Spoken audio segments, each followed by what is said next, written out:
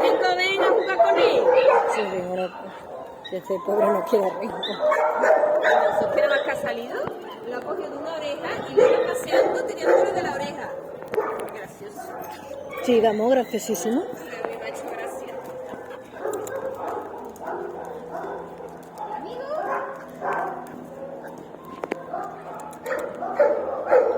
Mike. Mike.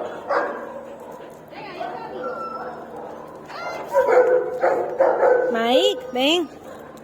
Ahora me toca con esto.